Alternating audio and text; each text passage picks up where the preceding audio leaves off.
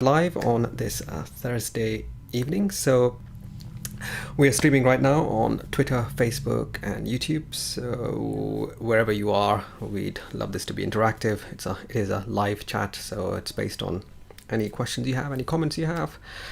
Do post us a question or thoughts, and as and when we can, we will do our best to address it. So today's Maths Chat Live is almost 4 years in the making. When I first got in touch with our guest, I had this crazy idea of doing this kind of live streaming thing. This is all pre-pandemic, and kindly agreed to it, but back then I barely had an audience, so it's kind of just taken all this time for it to finally happen. So our next guest is an author, journalist, TV producer, and an excellent public speaker about maths, and written quite a few books. So welcome to Maths Chat Live, Simon Singh. Nice to make it happen at last. Glad to be here. Yeah, no, it was. You've been very supportive of the tutors community. I mean, I got to know you through the tutors community before I was even plugged into the maths CPD world. So, I'm a Simpsons nut, so I've been gifted your book twice by two different people already. So brilliant. We could crack on with the maths masterclass project, which is, I think, something you wanted to talk and mention. Yeah. So hopefully we'll have time to talk about the books, and we'll have time to talk about all sorts of other things. I'm a has-been writer, a has-been TV producer, has been a lot of things in the past. But the thing I'm doing right now, I suppose what happens is that when you write a popular maths book, you get invited into schools, and that was great. I used to love going to schools, and I've literally spoken to hundreds of schools and teacher groups and pupil groups, all over the country, and in lots of different countries as well. So by going into schools, I got to see firsthand what was happening in schools today. And there's some fantastic things that are happening, fantastic things with new technology and new approaches and various ups and downs on how numeracy is being taught and so on, and maths mastery, and lots of different fashions going in and out and so on. And it's been really fascinating. I love going into schools, love meeting teachers, love talking to maths students. But the area that just concerned me a bit, and there are lots of areas of concern and lots of issues that teachers focus on all the time, but the one thing that I was concerned about was what happens to students who are just really strong at maths. What happens to students who are in the top one or two in a year group? Because clearly, if you've got 200 other students to look after, then a maths department is going to be stretched to cater for this, one or two kids at the top who are just, they're not naturally talented. There may be a little bit of natural talent, but there's a lot of hard work there, or there's a lot of enthusiasm from home, or, just something's happened. These kids are just going to be at the top. Somebody's got to be at the top, and they happen to be pretty good. And my fear was that if they're really good and strong and they don't get stretched, then they become complacent, and then they take maths for granted. And sooner or later, when they meet difficult maths, they're not prepared for it. Yeah. So I've been thinking for a few years, probably about 5 years, I've been thinking about this problem and come up with different schemes and different ideas. And I won't go through all the failed ideas. But the one that we're trying at the moment that really seems to be working is something called Maths Masterclasses. And the idea is, let's get those kids from all over the country and let's tutor them online. Let's get them together every week in groups of sort of 5 or 6, and let's tutor them every week for sort of 30 weeks for the whole of the school, 3 school terms, and let's stretch them. Let's add to what the teachers are doing in the classroom. Let's build on that core material. Let's stretch them and challenge them. Let's introduce them to other young mathematicians. Let's try and seed some real ambition as to where their maths could take them in 5 or 10 years time. Let's introduce them to the bridges between maths and physics, and all sorts of incredible things that we can do outside of the classroom. And so I've teamed up with a charity called Talent Ed, and Talent Ed have traditionally done face-to-face tutoring for students who are eligible for the pupil premium. And so their focus is on helping disadvantaged children reach their potential. Now, this project is slightly different. It's not face-to-face, it's online. And we're looking at people who are talented mathematicians. And we're really keen on kids who are also eligible for the pupil premium. The phrase I keep using is that we want to increase the number of excellent mathematicians, and we want to increase the diversity of excellent mathematicians. So the idea is, we haven't reached it yet, but the idea is that students would start with us in year 7, and they would stay with us every year through to the end of year 11. So we're building a complete pathway from the end of primary to the start of sixth form, so that our students, when they get into sixth form, further maths A level is a given, and they hit the ground running, and they're already thinking about where they might be going next with their A levels. And so we're hoping that our students will, be applying to the top universities for those kind of STEM degrees that really need maths. My background's in physics, and we might talk a bit about that later. But you want to be a physicist, your maths needs to be really strong. You want to be an engineer, your maths needs to be really strong. You want to be a mathematician, quite obviously your math needs to be pretty strong. So that is the idea. Can we make a significant contribution? Now, I'd love to have 1,000 or 5,000 students doing this every year and moving up through the system and adding a huge amount to the number of people who are already doing further maths A level. And so let me just tell you where we are now. We've got 350 students on the program right now, and I should be tutoring right now. The group I have, 7:30 Thursday, so I've swapped with another tutor, but with 350 students all being tutored at the moment, and they turn up every week. They find it challenging, they find it interesting, they enjoy it. We surveyed them recently, and 90% of our students said they found our maths more challenging than the sort of material they were doing at school typically. So that's where we are now. We've just opened nominations for next year. Now our current students are year 8s. We've got a lot of year 8s at the moment. They'll stay with us into year 9, but we're looking for more year 9 students and year 8 and year 10.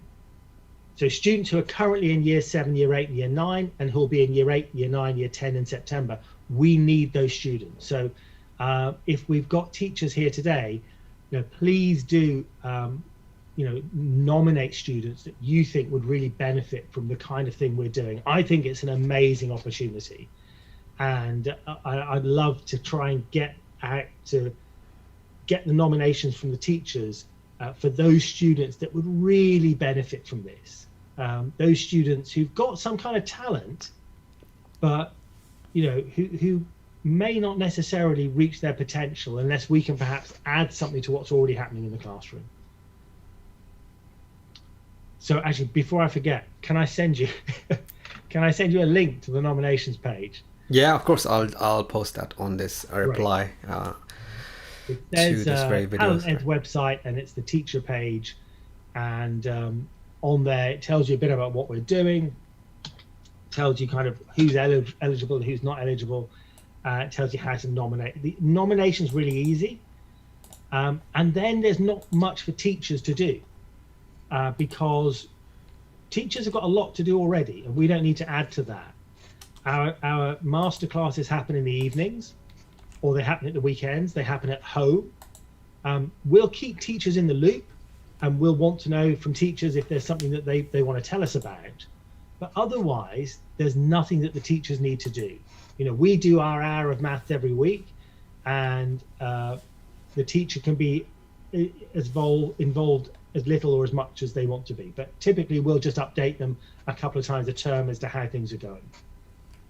It's an unbelievable opportunity. It really is. I I think mean, it is. yeah, no, no, it really. I mean, that's. Horrible to think As about soon it, as you isn't it? mentioned this, you don't have to convince me about online tutoring and like remote education because I've been doing it And, for. and I think it's easy to throw money at a problem like this. Mhm. And what we're trying to do is to do it in the most cost-effective way possible.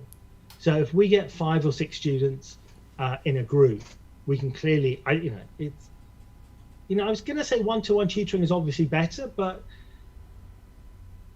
there are huge advantages with having a group. They can support each other, they can challenge each other. If one student is stuck, then the pressure moves away from that student to another student who may pick up and give the other first student a clue. um, it's really nice seeing this group that I teach with on a Thursday, seeing them grow together and form new bonds. So yeah, but also it just means by having 5 or 6 in a group, we can reach many more students. I should say it's entirely free for the first 10 weeks. For the autumn term, everybody's free. And then after Christmas, students who are eligible for the pupil premium, or I think it's the equity fund in Scotland, they can carry on for free. Absolutely no obligation on them to pay at all. And other students, after Christmas, we charge, we still haven't quite nailed it down, but it'll probably be around £5 per masterclass, because that then helps us pay for everything we're doing. So and if somebody really can't pay, that's fine. We'll waive that. That our priority is to make sure that we help those students become brilliant, to go on this adventure of studying maths. And so yeah, that's there are a million other details I could tell you about, but I won't bore you with those straight away. bore you Yeah. bore you with those a bit later. No, no, it was fantastic. I mean, I have a range of TTs, and often I'm able to do different things, like the interconnections between, as you said, physics, engineering, mathematics, history. I love the history of mathematics, and children are curious, and you kind of spark that curiosity, and Yeah. off they I go. know. I was giving a tutorial masterclass when the Bank of England revealed the new £50 note with Alan Turing on it. And so, we can take a diversion into that. We can talk about it. We can talk a bit about Turing, and we can talk about some of the motifs that are on the £50 note. And, we've got time to play around and to explore and to talk about math in a very general way, and throw things at them that they just, wouldn't have come across otherwise. So it's really fun. I mean, the other thing I should mention is that we're expanding next year, and we do also need more tutors. So if people are interested, we have a tutor recruitment page, and I'll send that the link as well. We don't pay much, but it's a blast, and so I'd really encourage tutors to come along and sign up with us and get involved, because it's great fun teaching these kids. They're interested and they're keen, and you're seeing their maths grow week on week with new ideas. And so if you're a tutor and you're interested, please do get in touch. We ask our tutors to commit for 10 weeks, for a term at least, and we ask them to take on at least 3 groups, and we provide the materials, and they then make of those materials as they will. So yeah. No, great. I mean, that's probably primarily our audience, is teachers and tutors. Teachers actually on Twitter. So I've just posted that link. It's definitely, I think, something people will be interested in. It's one of the things about online, and that more people are now using Zoom. They're more used to the technology, and now you're able to reach. You're able to expand. I think when we were first chatting about a similar project about 4 or 5 years ago, Yeah. that was just we didn't even think about it really. I mean, nobody thought about it at all. It was Yeah. yeah. But I mean, the other project that I've been working on is I was encouraging schools it addresses the same issue of how do you stretch.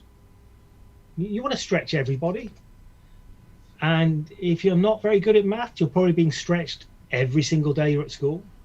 But how do you stretch that group at the top? And I know teachers do their best to do it, but it's always a little bit of a challenge. So I've encouraged some schools, I think we've had about 13 schools try this, which is to create a kind of super top set. So I know that schools often have bands. Don't they have a band A and a band B, and they'll have a 4 sets in band A and you'll have 4 sets in band B.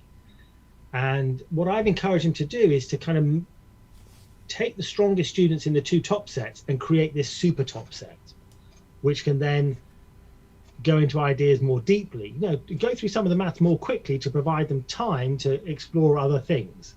And one of our schools in Newham, I'll give them a mention, I'm sure they don't mind, Plashett School, a girls' school in Newham.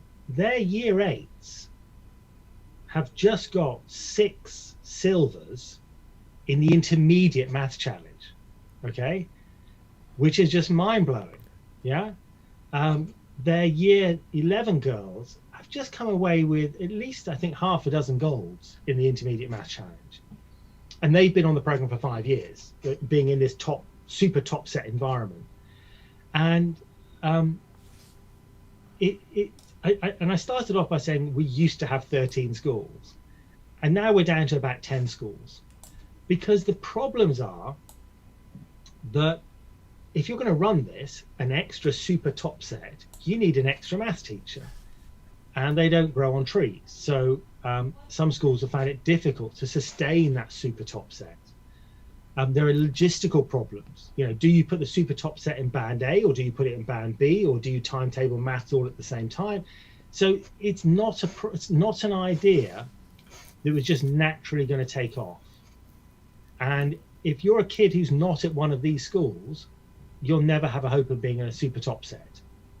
Whereas with the math masterclasses, wherever you are in the UK, and we'd love to get more nominations from Wales and Northern Ireland and Scotland, you can take part in our masterclasses. And so that's another great thing. In my class, I've got someone from East Anglia. I'm not sure where the others are from, but yeah, they're from all over the UK, and we can find those kids and we can work with them. Brilliant. We've got some comments coming in. I'll just read a few. Rebecca Hansen, my daughter is in year 7, has been invited to one of these starting next Tuesday.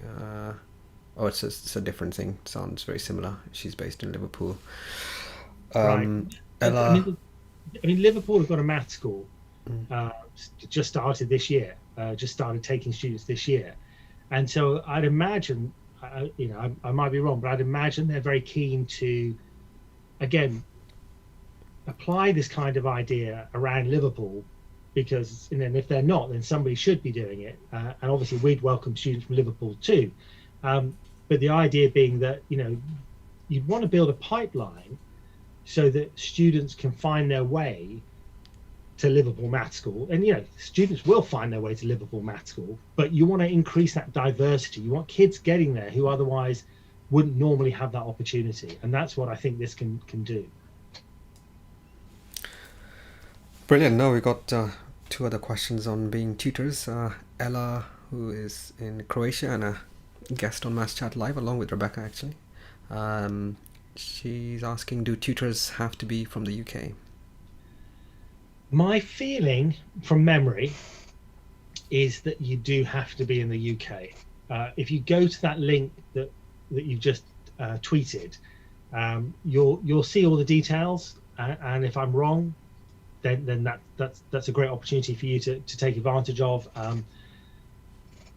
So yeah, let's see. I'm not sure of the reasons or the wheres and whys about all of this, but my feeling is that you have to be a UK-based tutor. Yeah, it's complex, isn't it? It's kind of employment laws and things. I know agencies have similar things to contend with, even if they are teaching online. So it's yeah. And Vivian Moat is asking, what would you be looking for in a tutor for the masterclasses? So we're looking at somebody who gets the technology. That's a really important thing, that it's comfortable on Zoom. We're using Zoom at the moment.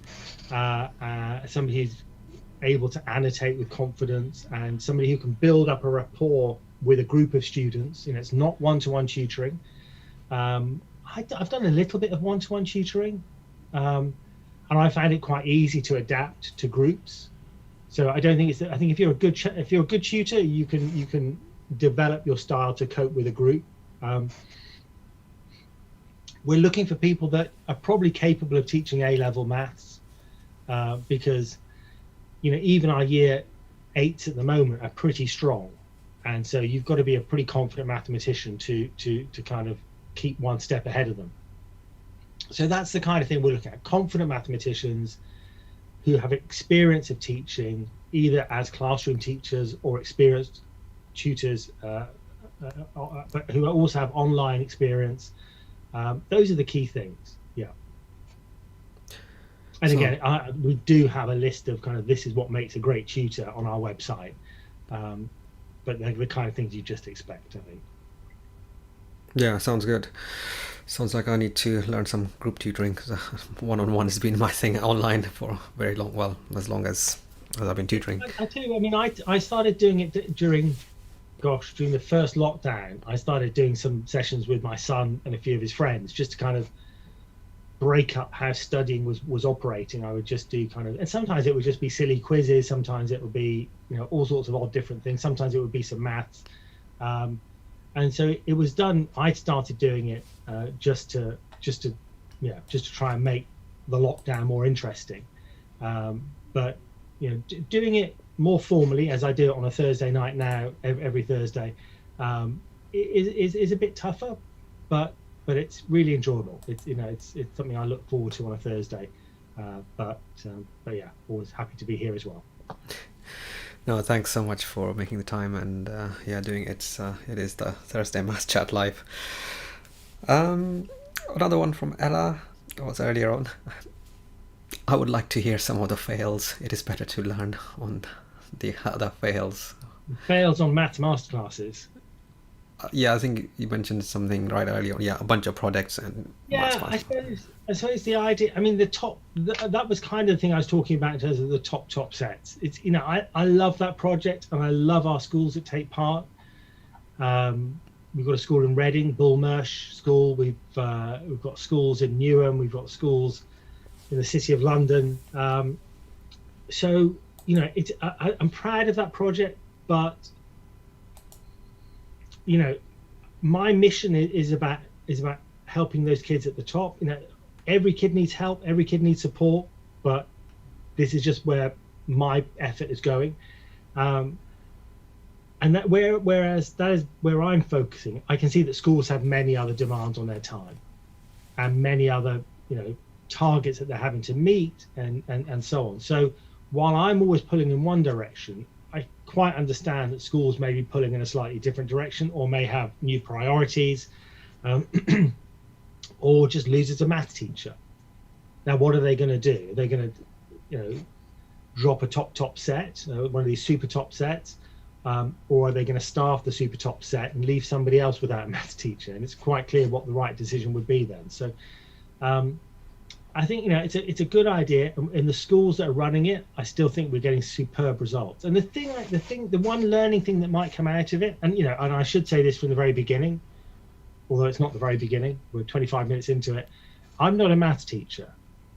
I've taught a little bit in schools in India and South Africa, but I haven't had teacher training. I'm not a maths teacher. I haven't done it day in, day out for 10 years. I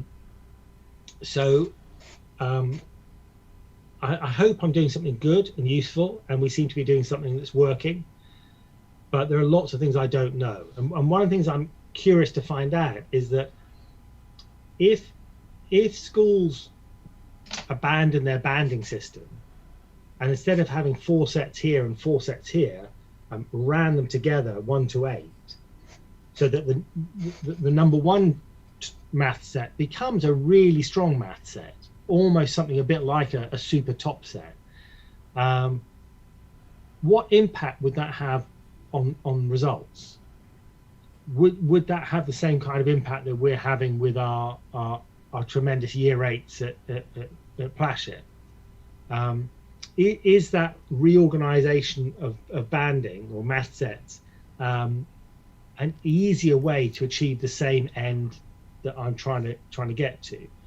And if it is, what makes it hard for schools to do that? And I know it's if you don't have enough math teachers, you can't teach maths to everyone at the same time. But is that really what it comes down to? Is that really what stops that idea taking off? But even before that, is that idea a useful idea in the first place? Yeah, we had a maths chat live with some with A-level group of maths teachers last week, and like the highly able who would be doing in some schools, it's a resourcing problem, especially at this time. All the resources have gone into assessment, CAGs, tags, whatever you want to call it. It's such a resource heavy thing. So and if they were doing like further maths GCSE, I have a tutor, for example, for the maths GCSE, they haven't had many of those lessons. So that's had to have some give in the current circumstances. But there's so many things they have to juggle at the same time. But I mean, what you're providing is incredibly great. It's supplementary, like it's outside school hours, right? There's none of that logistics to deal with. And I think the other thing we're doing is we're encouraging them to do some homework as well on top of what we're doing, because in an hour we can only do so much. And I'm hoping that our students, in the same way, if you love football, you play football after school, you play football late into the evening, you play football until the sun sets. You just want to do more of it because it's what you love. And we're looking at that group of students for whom maths is the thing that they kind of love. They're kind of good at it, and if you're good at something, you tend to like it, and if you like it, you kind of often end up being good at it, and you want to do more of it. And so we're hoping that our students, again, we've had really positive things with our homework. It gets completed, it gets done. The students see it as part of being a young mathematician. They see themselves as a little mathematician. One of the things we asked them to do, maybe I should mention this now, it's maybe of interest, is, and it's one of the other things I tried to do over the years to stretch strong students, is something called Parallel. Maybe can I share a screen? Yeah, go for it. Yeah. Let's see if I can get this to work. Here we go. So this is no, that hasn't worked. There we go. Can you see that? Yeah, it's come up. It's a beautiful site. Yeah. Great. So it's actually developed by Philip Legner, who is the man behind the Mathagon project. Right. So if you've ever looked at Mathagon, which I think he labels the textbook of the future, which is an absolutely beautiful resource, then he just done a huge amount of work for us in helping us build this site. And the idea was, could we give students something? This was actually for our top set students originally, but it's now being used for our maths masterclasses as homework. Could we give them a sheet of maths to do every week? So every Thursday, so today, a new parallelogram was published. This is the one for year 7. There's a different one for year 7, year 8, year 9, year 10, and year 11. And it's about half an hour of maths. And so if we just look at this one, I haven't looked at this one. It starts off with a clip from Hidden Figures, the movie about the pioneering black women who were involved in the Gemini program, an engineer, a computer scientist. And we have a little trailer here. And we don't want the kids just to skip the videos and think they're not important. So we ask them a little question at the end to check it up, that they've watched it. We have something here about Moore's law. And Moore's law is probably sparked off by the idea that these women were known as computers. And they were using computers of the 1960s. And we talk about how rapidly computers have grown in speed. So we talk about Moore's law. And we have a chess problem here. The classic old question of grains of rice on a chessboard doubling up. And we have a question here about summer salaries. I'm not quite sure what that's about. and then they can hit the submit button. And here's a video at the end of Katherine Johnson, one of the characters in the Hidden Figures movie, receiving the Presidential Medal of Freedom from President Barack Obama.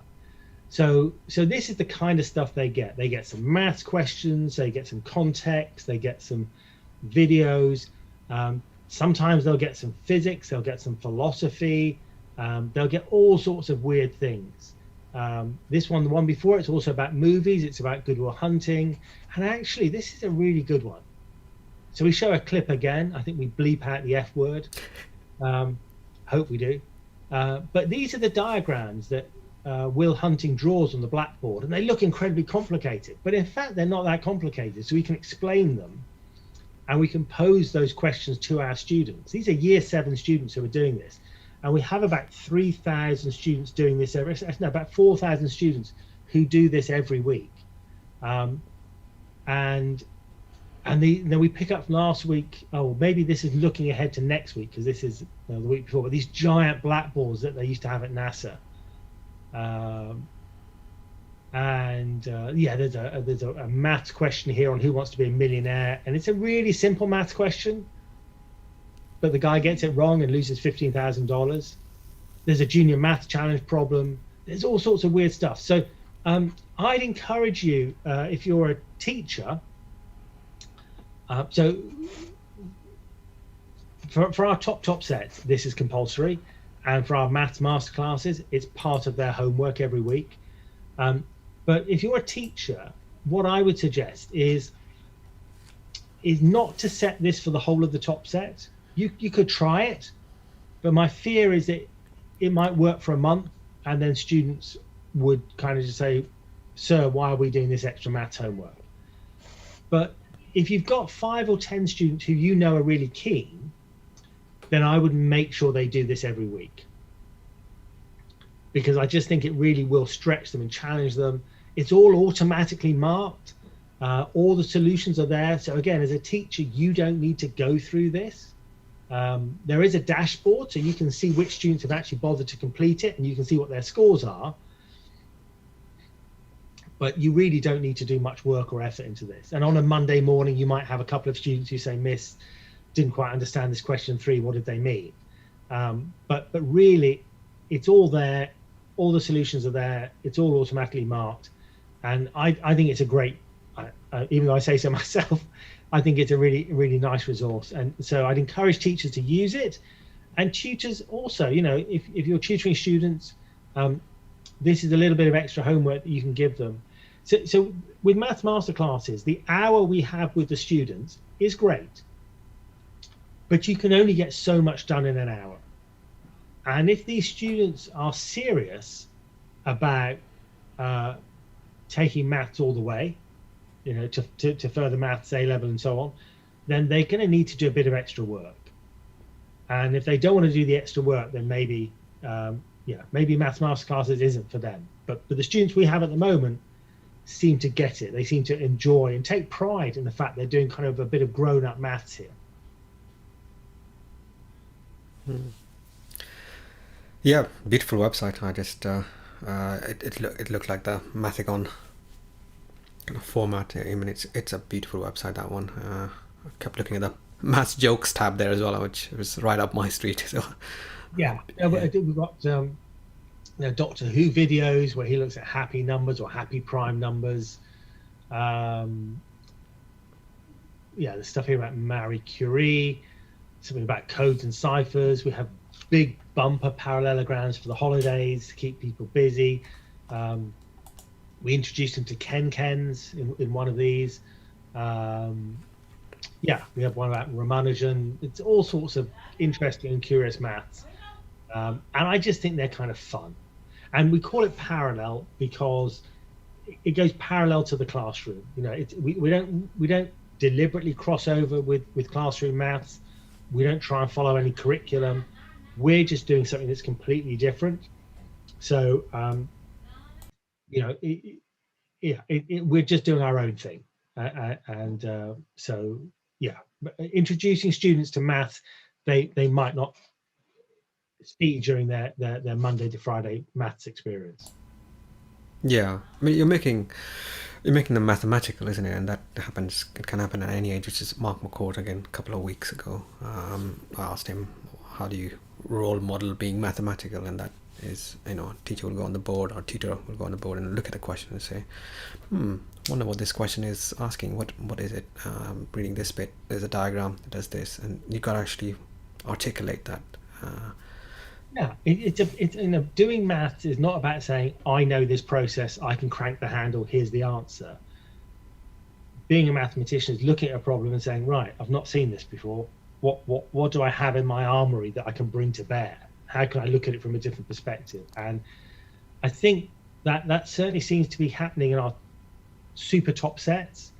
It happens in our maths masterclasses, and I think when students are doing parallel, some of the stories we tell them, some of the videos they watch are about mathematicians in adversity or mathematicians facing challenges, but they themselves will certainly be facing challenges because they'll be doing maths they haven't seen before, and hopefully they conquer that fear. There's over and over again we say you don't need to get 100%. You get 50%, that's fine. You get 30%, fine. You've learned lots, hopefully. But we're absolutely not wedded to the idea you're supposed to get 100% every time, because it's not easy at all. Yeah, and it is more to just seeing a question and instantly knowing the answer, because that often what it can feel like if you're having to go into an exam situation or do a bunch of worksheets as quickly as possible. But being a mathematician is that state of don't know what's going on. I have to find what I know in my existing palette of toolbox palette and attack the problem in different ways. And you explain it so incredibly well in that talk I was with the Maths Conf when you were talking about Fermat's last theorem, and what a journey it was for him to. Yeah, I mean, so as I said earlier, my background's in physics. So I did a degree at Imperial, and then I went to Cambridge, and then I went to CERN for a while, and physics is absolutely what I've loved since I was a kid, and I did a lot of maths because you've got to do the maths to do the physics. And I think it was only after that, when I was finishing my PhD, I could just see there were other people who were smarter than me and faster than me, and they were going to go on and be the scientists of the future. And I was gonna, I could have stayed in, and I would have been okay, but I wasn't as smart as a lot of the people around me. So I moved into making TV shows, and I worked on Tomorrow's World, for people who remember Tomorrow's World. I worked on Tomorrow's World for about 5 years and really had a fantastic time. And then I made this Horizon about Fermat's last theorem. So people may be aware of the book, they may be aware of the film. I made the documentary first. I made it with a guy called John Lynch, and that was probably making that documentary made me aware of what maths really is in its own right. It's not just a tool for doing physics. It's a subject with its own immense inherent beauty, and so yeah, that was a real pleasure to make that film, and it's still available on the BBC iPlayer. So if you want to show it to students, then it's still there. It's one of the kind of Horizon back catalogue. And if you're tuning in from outside the UK, there are versions of it on various websites. So if you Google Fermat's last theorem BBC, you'll probably find it. I don't think it's on YouTube, but it's somewhere.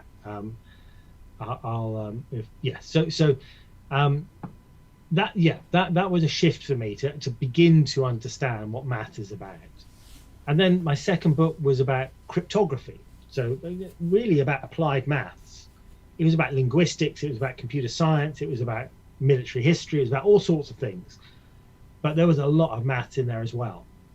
So I think I've got this reputation for being an author of maths books, but my first passion is physics, and so it was a real pleasure that my third book was a book about cosmology, Big Bang, and that's kind of really where I'm most comfortable.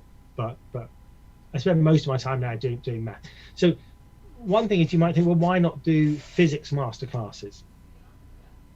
Why not do other subjects? And I would say that, with physics, you need laboratories, you need equipment, and some people want to do physics, but other people want to do chemistry, and other people want to do computer science. You suddenly fracture all the subjects. But the one thing that all those subjects have in common is a requirement for you to be good at maths. So it's easier to tackle the problem that I'm concerned about through maths. And my hope is that if our students love being challenged in their maths lessons, they'll want to be equally challenged in their maths masterclasses. They'll also want to be challenged in their other subjects too. So they'll take that attitude that they learn from maths masterclasses and apply it to their other subjects, and they'll grow in lots of interesting ways. For sure. I mean, for me, one of the reasons I absolutely love tutoring maths is it is a metaphor for life. You end up with problems in life that you need to then attack with the tool set you have until that point in your life, all the experience you've had. And by learning mathematics, you're kind of training yourself to do that, and it gives you this tool set which can then be used for physics, with engineering. I mean, I have a very similar background as well, and I have exactly the same imposter syndrome. I've got no teacher training either. I have never taught at the schools, and all I've done is tutoring. Yeah, I did engineering, and at first I thought, well, there's this applied maths, and I prefer the applied thing. If it doesn't apply stuff, I'm not interested in it. And then I started teaching maths, and I started learning about multi-base and all these just more abstract ideas that I didn't use as an engineer before. And I was like, oh my god, this maths is just an incredible thing in itself, far more richer than just having to apply it. And now I just think, well, there's no such dichotomy as like physics or applied maths or pure maths. It's all part of one web of ideas. Yeah, it's just, somebody was tweeting me today and was saying that I'm just joking really, but they were just saying their daughter was more of a maths person than more of a physics person than a maths person. So maybe maths masterclasses wasn't really going to be for them, and we were just messing around and joking. But I think the thing is that the rest of the world looks at the mathematicians and the physicists and the engineers and puts them in one little group. We're over here and everybody else is over there, and as far as they're concerned, we all do the same things. We just look at weird problems and that often look boring to the rest of the world. Now, within our small group, we splinter and we say, oh, the biologists don't know this, and the chemists don't know this, and the physicists don't know this. But essentially, we're all doing the same thing. We're all solving problems, and often those problems have mathematics at their heart. So yeah, and I know it always confuses me in schools. There are these kind of departmental rivalries, whereas the physics department in a school should love the maths department, because unless those kids are doing their maths well, they're not going to be doing their physics well. Although I know a lot of maths has kind of come out of the physics A level, but still, there's much more they have in common than divides them. Yeah, we had Dr. David Boyce on Maths Chat Live as well 3 weeks ago, and he was just talking about all the gravity is a great one for that, because came up. Galileo first started investigating it with experiments. Newton, that story with the apple falling down, it's one of the most enigmatic, concrete stories that people relate to.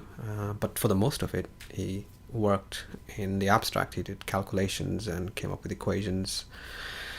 And the gravity, then the Einstein paradigm came in, and gravity means something else, and now we're onto gravitrons and gravitational waves. So even with the same thing, it's like maths and physics, it's never finished. Like, it's always in a state of. And we I mean, one of the things we're thinking about, once we've got this community of students in our maths masterclasses, how can we do extra things with them? So once a term, we're trying to have a lecture which they can all just attend on Zoom. And like we are now, they can ask questions and so on, and we can ask them questions. So we had a lecture last term from David Bodanis, the science writer, about Einstein and relativity. And it's great to be able to introduce year 8s. We had year 11s as well, but to introduce our year 8s to special relativity and where these formula come from, and where, you know, where the concept of time dilation comes from. And I'm keen to see what else we can do. We've got to do it cost effectively. We can't just throw money at this. But, you know, one thing I like to do is try and encourage chess. You know, I just think in our community of 350 students now, and it's going to grow to sort of 600 or 700 in September, there must be 10, 20, 30, 50 chess players at varying levels. And if their school doesn't have a chess club, then can we somehow create a virtual chess club and get them thinking about maths puzzles? Can we get them thinking about looking deeper into chess and learning it and developing their skills? No. So, yeah, you know, how do we make the most of this opportunity that we have to work with these students, and what can we do to help them? Yeah, I mean, there's great value in just bringing like-minded, motivated students together with themselves and have these kind of things going on. Yeah. Brilliant. No kind of comments and things coming in, so I'll probably just ask a few things that I suppose I'm interested in from one of the many things you've done before. I noticed some Simpsons figures. I definitely noticed Homer Simpson there in the background. Yes, yeah, there's a bender up here above me, above my head. Oh, yeah. Yeah. No, I mean, it was great fun. So the last book that I've written is about the maths of the Simpsons, and it's a long time ago now. I haven't written a book for almost 10 years. In fact, it is 10 years, because if the Simpsons book was published in 2013, it would have been finished in 2012. So, you know, we're almost 10 years since I've written a book. And it was great fun writing that book. And I loved writing it. And I loved getting to meet the Simpsons writers and to get involved in that world and to, you know, explore the math that's hidden in the show. People may not be aware that a lot of the writers on The Simpsons are mathematicians. They've got degrees, they've got master's degrees, they've got PhDs. And, you know, they're not mathematicians now, they're comedy writers. But the way they express their love of maths is by hiding little bits in the show. And so the book identifies all those little Easter eggs, explains what the maths means, and talks about the writers and their careers in maths before they became comedy writers. And, you know, the reason I haven't written a book for 10 years is that, one, I kind of love what I'm doing right now. This feels like it's the thing that's most important to me. And secondly, I haven't come across a book idea that really fires me up, that I think, oh, that's the thing I've got to write about. And then thirdly, I think it's just hard to write books nowadays because there's so much great content on the web. You know, Numberphile, it's not a book, but it's great. And what have they had, like 500 million views, something ridiculous.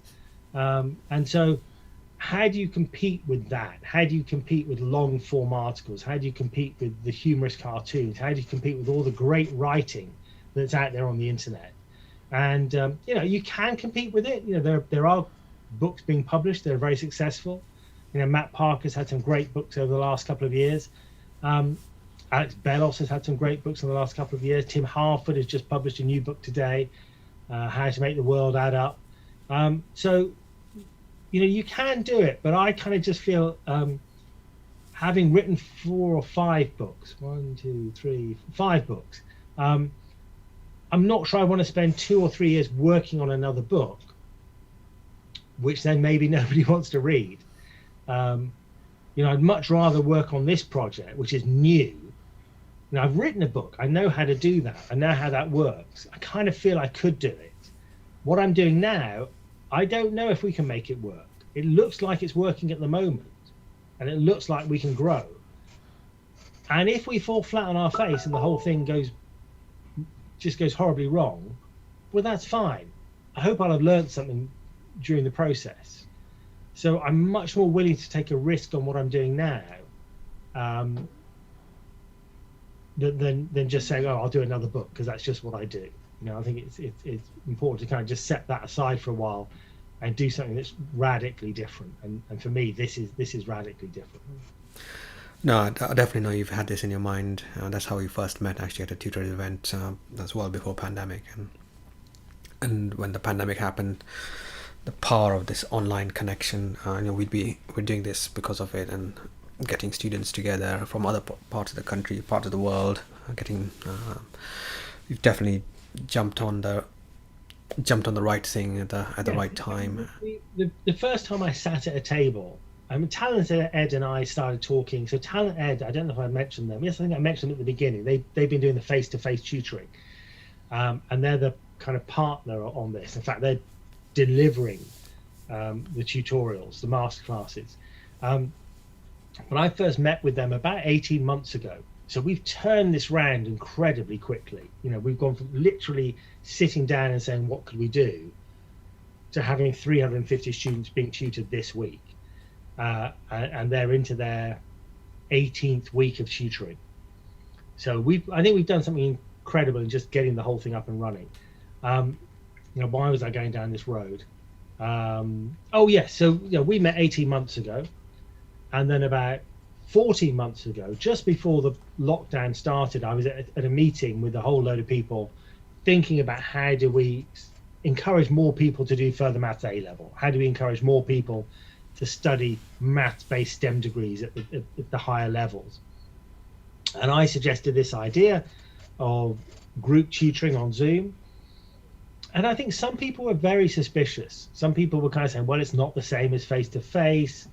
You can't interact with the students in the same way. You can't pick up on their body language. You can't share a pad of paper. You can't share a blackboard. And I will kind of accept that it is not the same. I don't know whether it's 80% as effective, or 75% as effective, or 90% as effective. But I'll accept that doing things online like this are not as good as being face-to-face.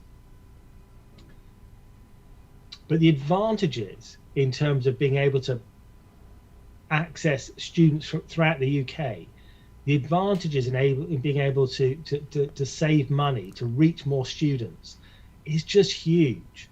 And so although people were really, some people I would say were quite negative and skeptical about the idea of online group tutoring, lockdown really forced the issue. We were already going down this path, but lockdown made it inevitable or essential. And we're coming out the other end now. We're still doing our online tutoring, and that's what we wanted to do all along, and that's what we'll continue to do, because we think it just works. And if we're going to reach 1,000, 2,000, 5,000 students, this is the way we're going to do it. So yeah. Totally. I mean, you don't need to convince me. I stopped teaching in person 6 years ago or so. And yeah, I mean, initially I was myself skeptical, obviously, because such a different type of thing. But after a few years of doing it, you develop your pedagogy and your way of communication, and the whiteboards on the market and the technology is, in some ways, it's so clean and so direct, and so the feedback for me, even with the cursor control, I can see it. I can plan the visual. I can do stuff that I couldn't do in person better. So for me, after a while, but this thing takes a while to learn, and for me as well, I'm trying to learn how to convey these ideas, how to convey this kind of training on how to pick up on what the students communicating online through the whiteboard or through the manipulatives, etc. But it's definitely it's here to stay, and I would completely run with it. I mean, it's been a great opportunity for me as well. Mass Chat Live is just one of those things I've been able to showcase. It's because I joke to my friends, I kind of live on screen and teach on screen and do all these things on screen, but it is through we've seen it in CPD, right? We see the maths conferences we attend had about 400 people in person, and the same one have about 3 to 4,000 people online. They're missing some of the social aspects of it, but that's all.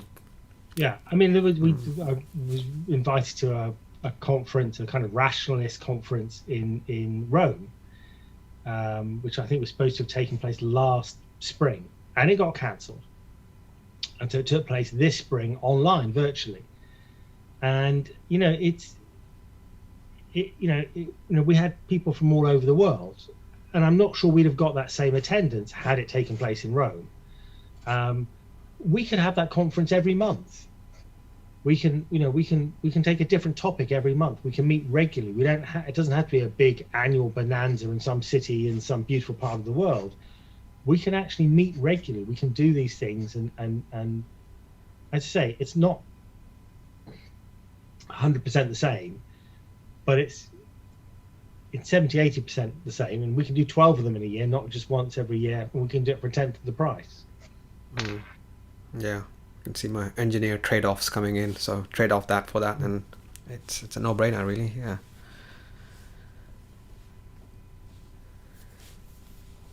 Well, fantastic. Philip Walker, I think he's saying, I used to use those as a new teacher. Great stuff.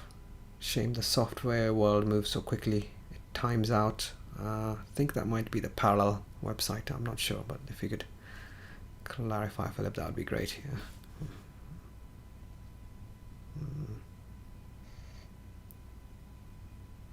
Yeah. Or maybe it's something else. Not sure. Yeah, Parallel seems to be up and running if people want to visit it and explore it and see whether it's right for them and their students. It still seems to be up and running for me. So yeah, could just be.